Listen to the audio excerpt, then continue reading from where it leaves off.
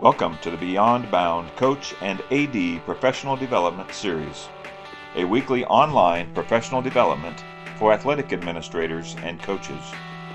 Join us as 6 former ADs now employed by Bound and with over 100 years of combined experience discuss topics important and beneficial to ADs and coaches. Join us on this journey of professional growth. We're here to help you take your coaching and athletic administration to the next level and beyond. Hey, good morning, everyone. Hello, good afternoon, good evening, whenever you're watching this. Welcome to Beyond Bound, our professional development for ADs and coaches by this motley crew of AD and coaches as well. And we're just happy to be with you today. We enjoyed doing this. We get to see each other's faces for a little bit and talk about some things that are important to us as well. So today, I want to talk about customer service. Customer service, and those of you who know anything about me know that I'm a definition guy. I like to have a definition. The definition of customer service in the business world is support offered to customers both before and after they buy and use products or services. That helps them have an easy, enjoyable experience with your brand. And, we are all kind of in that mode right now. We're kind of into customer service. A few months ago, I was going round and round with a company, and we were trying to, get some things solved. And I wasn't getting any follow-up. I wasn't getting any follow-through. I really wasn't getting anything at all. It was frustrating. And it's frustrating when the right thing is not done. Now, I know that can be subjective, what you think the right thing is, but the right thing to do is always the right thing to do. So I had a phone call, multiple phone calls that were not returned. They were going to get me in touch with somebody, one of their people. Well, you know how that goes. And I'm sorry was never part of the vocabulary that they used. It was just never done. The company did not provide an enjoyable experience for me, but it was a learning experience. And I think that's what's important for us every day. Even in the frustrating times, what do we learn? Living and leading each day is basically customer service. That's what we do. And we need to be about doing the right thing every single day. As it says there, the right thing to do is always the right thing to do. We need to take care of people. We need to care for people. And we may have a job that pays the bills, and it may involve some form of customer service, like us working for Bound. But if we're living life every day and we're doing it with the right attitude and the right purpose, it always involves service, no matter what we do. So serving others is our most important job. We need to do it well, and we need to do it the right way. And that's our job every day. So to parallel that a little bit, let's just take a look at championship AD coach and customer service. When it's the right thing to do all the time. It's always the right thing to do.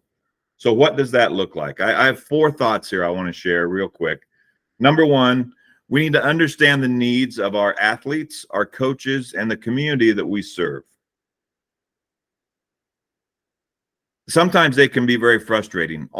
Any one of those 3 entities obviously can be frustrating when we deal with them, when we serve them.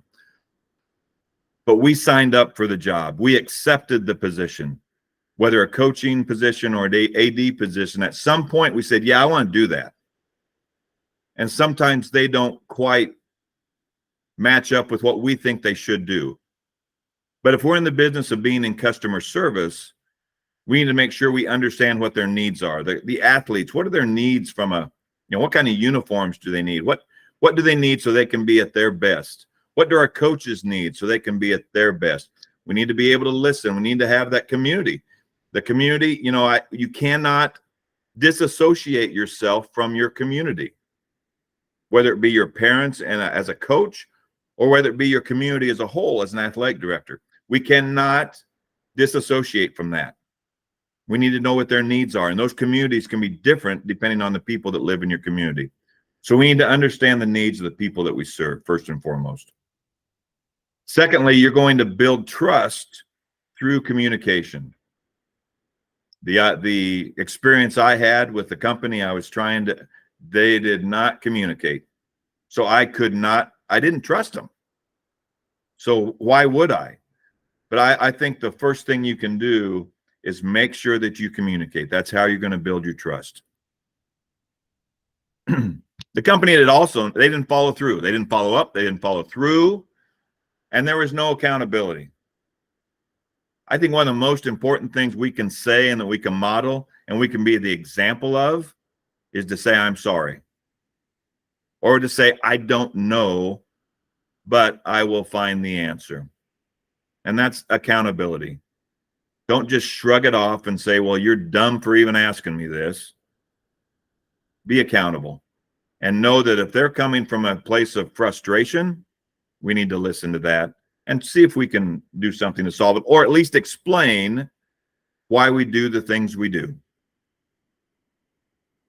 Lastly, there's real power in being empathetic. And I think sometimes when you move up a ladder, you change a job, you can lose sight of empathy and knowing how people feel. And I don't think we ever want to lose that. We don't want to. Some of us are further removed from being an athlete than others. Mark Gunderson, Joey, we're a little further removed from that, from some of these other young guys on the call. But we don't want to forget about what it feels like to be an athlete. Same way when you're an AD and the coaches, don't lose sight of what it was like to be a coach. There are a lot of ADs that are listening to this, and a lot of us are still acting as coaches in one form or another. Brian's still coaching. But even when you're an athletic director and you have a seat of supervision, don't lose sight of the fact of what it felt like to be a coach and some of those frustrations. And then your parents. We've all had kids that have participated or are participating right now. And so when you sit in that seat, don't forget what that hat feels like when you're a parent and you're part of the community. Don't ever lose sight of don't lose your empathy for what people feel. And that'll take you a long way. So to summarize again, understand the needs of the people that you serve. Build trust through communication.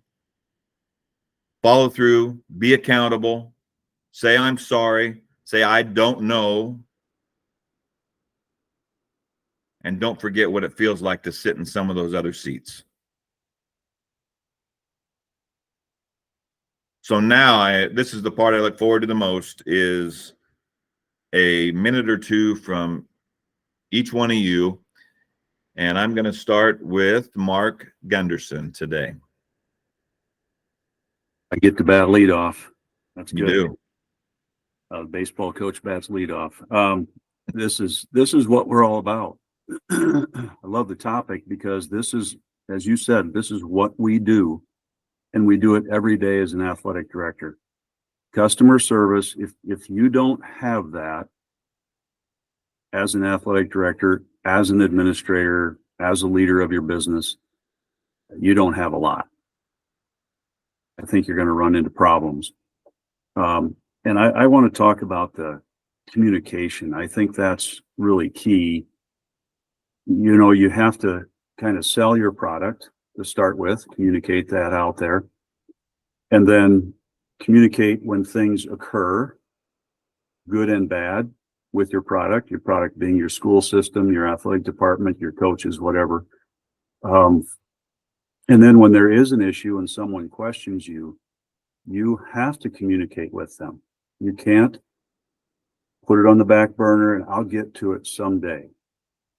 I think the 24-hour rule is good, that maybe someone is calling and they're a little hot. Maybe you got a message and you can give it 24 hours, but you better get back to them within 24 hours. Don't let it go, because that pot doesn't simmer, it boils after a while. And so Mhm. communicate with them. And then I think it jumps into one of the other ones where you said, don't be afraid to say, I'm sorry. Sometimes in communicating with that person who's upset, we can calm things a lot by saying, I'm really sorry. I'm really sorry that you feel that way. I'm really sorry that this happened, whatever it may be. But it lowers the pressure, I think. It also shows that you are human as a leader. We should never be above saying, I'm sorry. Great point. Don't be above it. Thanks, Mark. Brian Peterson. Hey, that's great. Because Mark said things that I was like, oh, that's awesome too. I got to say something about that. I'm going to try and not get too far and too long-winded here, but Mark, I want to add to what you said. When you talked about not waiting on communication, any young AD, any young coach on this video right now, stamp that in your brain. Do not wait. Every AD on here that I'm watching is shaking their head because they've waited on something and let it blow up in their face. And that happened to me way too many times. Don't wait. It's way easier. Just head on, attack it. Mark, it's dead on true. The other thing I want to add to what Mark said, I had a superintendent one time that we, dealing with just a crazy parent, my kid, this, that, and saying all these things.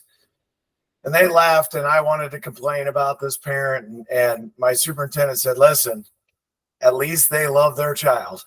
Now, it's misguided, but always keep that in mind, that when you're having that conversation, you say sorry, like Mark was talking about, they love their child. And that is so much better than the alternative. Now, might be misguided, but you're helping them understand that. So that's in addition to what Mark said. Sorry. I wanted to add a couple things to Todd's topic here. Todd said the right thing's always the right thing. So true. The thing I needed to hear when I was younger, it's not the easy thing always. It's not, and oftentimes it's way harder. In my coaching universe, I've had a difficult situation this week. I didn't want to deal with it, and just because of time. And you gotta go, and it's the right thing to do. And the right thing's always the right thing, even if it's hard. So always remember that. And then I'm gonna sit on number 3, accountability. As a coach and as an AD, you are always responsible for what's happening. Always, no matter what it is. And every time you catch yourself saying, well, but, and I'm a track guy.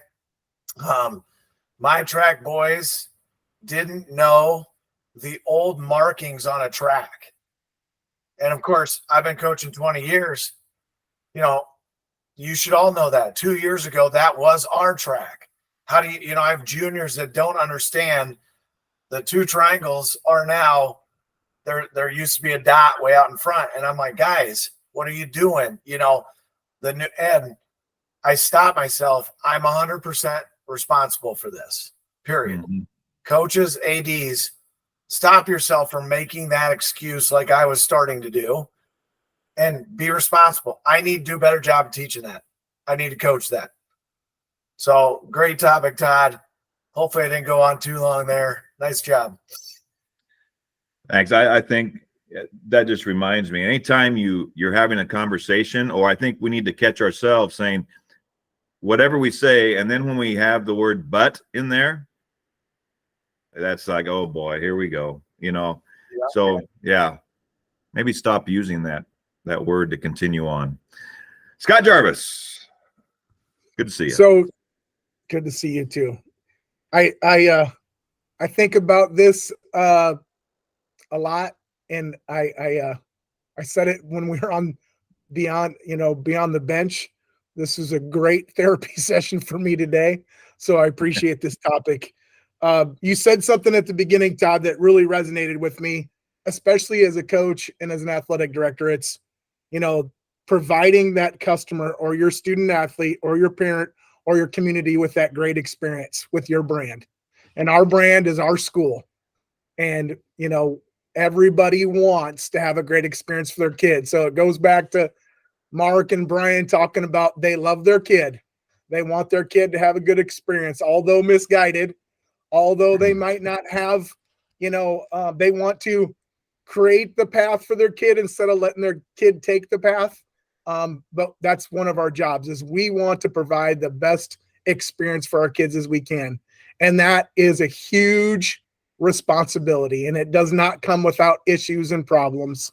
When you talk about communication, I think about so many times as an AD, as a coach, that communication is so important, but sometimes I just needed to shut my mouth and just listen. And how important that is. So when we have that angry parent come in and we want to say, yeah, but just shut up and listen. And lots of times, Mark mentioned it, lots of times in those bad situations, if we've gone and tried to provide that experience, build those relationships up front, sometimes when we shut up and listen, we say, hey, you know what, that was wrong. I'm sorry, that's not going to happen. That's not what we're about. So it always goes back, I think about when Brian says, define who we are and what we're about and how important that is. But when we understand that, sometimes we can take that step back and just listen. And then lastly, I just love the fact that within, as a coach and as an AD, we are servant leaders. We are all about that customer service. So when you start talking about customer service and that ability to serve, it's one and the same. So thanks, Todd. This was a great reminder for me today. You bet. Good point there. Listening is a form of communication that is often, and listening to hear. There's a difference between listening to hear what's being said and listening to be able to speak what you want to talk about next.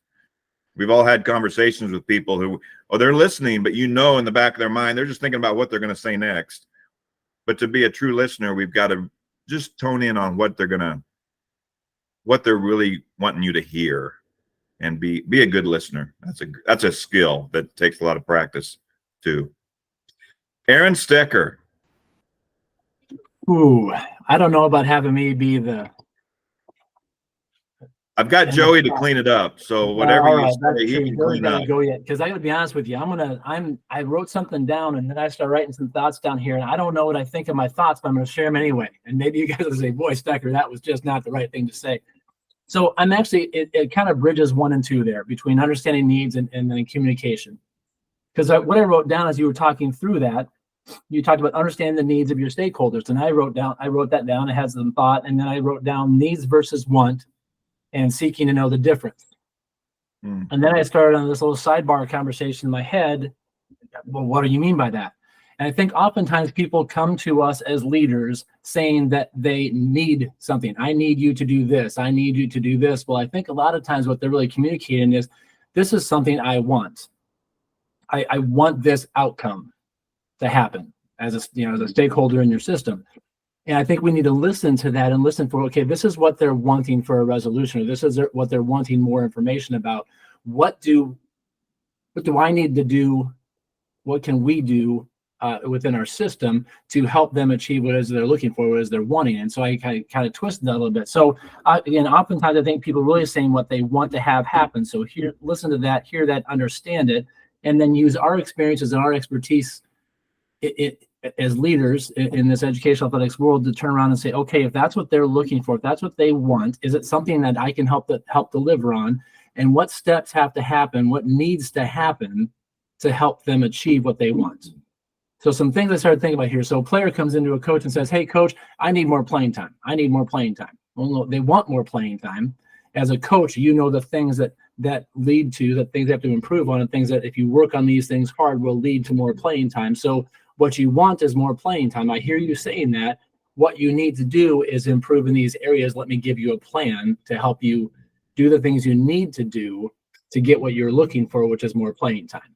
A parent comes in and says, man, my student athlete comes home at night, they're frustrated, they don't understand their role, and they're really losing their love and their passion for the sport. Okay, so I'm going to hear you, and you need to do something about that as the AD. So I'm hearing that parent say is that you want your student athlete to be having more positive experience, understanding their role and understanding what they have to do to enhance that role, etc. Okay, I can work with that based on my experience as an AD and as a coach. If that's what you want, here are the things we need to do between the coach and the parent and me as the AD to help set that student athlete up to better understand role, where you're at now, and this is where you want to go, and this is how we get there. I think about it as a coach. Coach says, I want better facilities. Okay. Or, or I was say it this way. Coach says they want more buy-in, or I need more buy-in for my program. If I can get more buy-in from my programs, then we'll be better year in, year out. We'll be more competitive. We'll take it to the next level. Okay. So I'm hearing coach say, what it really says, I want more buy-in. What you need to do, coach, is then do a better job of creating your vision and your culture and then selling that to your stakeholders, and that will get you what you want, which is more buy-in. So anyway, I just got to thinking about that needs versus wants, and that was where my mind went. I have no idea if that makes any sense or not, but it's what made sense in my head in the moment. So I will move on. Hey, if it makes sense to you, it's probably a good deal, because I say this out of all love and respect. You are the master of sidebars in your own head. Boy, I'm not quite sure how to take that one. No, I said out of love and respect, because you are the master thinker. I mean, that's what I love about you, is you can think about things that you can put it in a way that makes sense. I appreciate that. I don't know. The needs and wants popped in my head, and I think there's a lot of times we have to figure out the difference between those two things. Absolutely. And then how do we fulfill it? Yep. It's a great point. And that's part of listening to hear, and not just listening to speak. It's a absolutely valid point. A great sidebar, and I'm glad you didn't whisper it to yourself and not share it. I'm glad you brought it out to the whole court. All right, Joey, I don't think you have to clean that up. That was pretty good. So we'll let you There's a lot of good stuff there, but the quote of the year has got to be, I don't know what I think of my thoughts. That's true. I don't even know how I follow that. Well, that's what we're here for, is to tell him how he should feel about his thoughts. Just a couple of things real quick that I want to touch on. You're absolutely right. We want to listen to understand, not to respond. Because everybody can just respond with a preconceived notion, but we have to understand what people are saying. The right thing to do is almost always the hardest thing to do. And that's a hard one for kids to understand. When they make a mistake and you're telling them, you know what, you got suspended, you've got a code of conduct suspension coming, but you know what, you always tell them you want to empathize. I'm not here to judge you. I don't think less of you. We know that, heck, I make mistakes every day. And the point is that we want to learn the consequences, that there are consequences for our actions. And that's all. I'm enforcing the rules that are set forth. I don't judge you. I still like you. You're a great person, those kinds of things. So teaching and leading in those respects, leading and modeling that accountability by saying, when you make a mistake, acknowledging to a student, a coach, a parent, yep, I messed that one up. I'll do better. Okay, I'm going to learn from it. I'm going to do better. I had a parent call me one time after, one of those encounters with a student where you had to enforce a rule, and said, you know what? She's just yelling at me. I work in customer service. So this is a great topic, and you listen, you understand, and say, you know what? I understand where you're coming from, because I believe that I work in customer service as well. So I understand what you're saying. But let's talk about this. Let's gain an understanding of what your perspective is, what your outcome, the best outcome that you're looking for, and here's how I can help you, or if I can help you at all. Because sometimes the answer is no. You can't help them. These are the consequences. But having that empathy and having that ability to say, yes, I had kids go through school too, and they participated in activities. And sometimes you can say, you know what, I had one of them get in trouble too, and here's how we handled it.